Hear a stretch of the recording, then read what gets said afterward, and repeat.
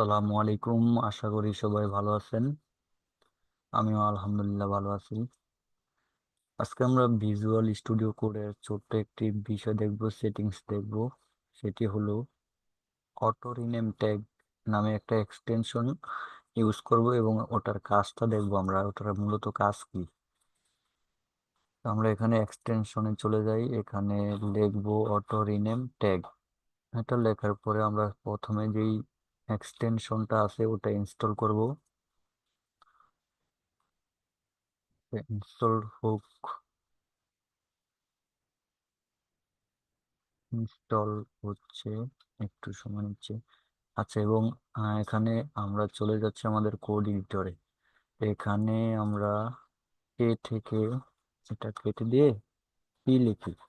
তো দেখেন আমি এখানে প্রথমটা পি লেখার আহ, কারণে আমার শেষেরটা মানে আমার কোডিং স্টার্ট যেখানে শুরু হয়েছে সেখানে আবার মানে যেখানে শুরু হয়েছে এটা আমি এডিট করলে আমার শেষেরটাও চেঞ্জ হয়ে যাচ্ছে। এই এক্সটেনশনটা মূলত এই জন্যই ব্যবহার করা হয়।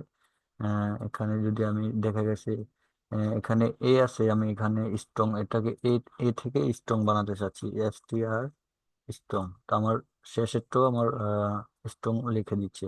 আর যদি আমি এক্সটেনশনটা ইউজ না করতাম তাহলে এখানে দুইবার চেঞ্জ করতে হতো, এখানে এখানে স্ট্রং লেখা লাগতো, এখানেও স্ট্রং লেখা লাগতো।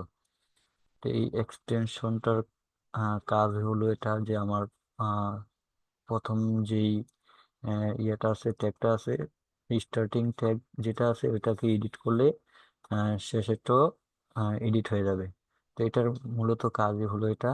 তো আজকে এই ছোট্ট ভিডিওটি বানানোর উদ্দেশ্য ছিল এটা দেখানোর। তাই আশা করি বুঝতে পারছেন। যদি না বুঝে থাকেন তাহলে অবশ্যই কমেন্ট করবেন। ইনশাল্লাহ সমাধান করার চেষ্টা করব। সবাই ভালো থাকবেন। দেখা হবে পরবর্তী কোনো ভিডিওতে। আসসালামু আলাইকুম।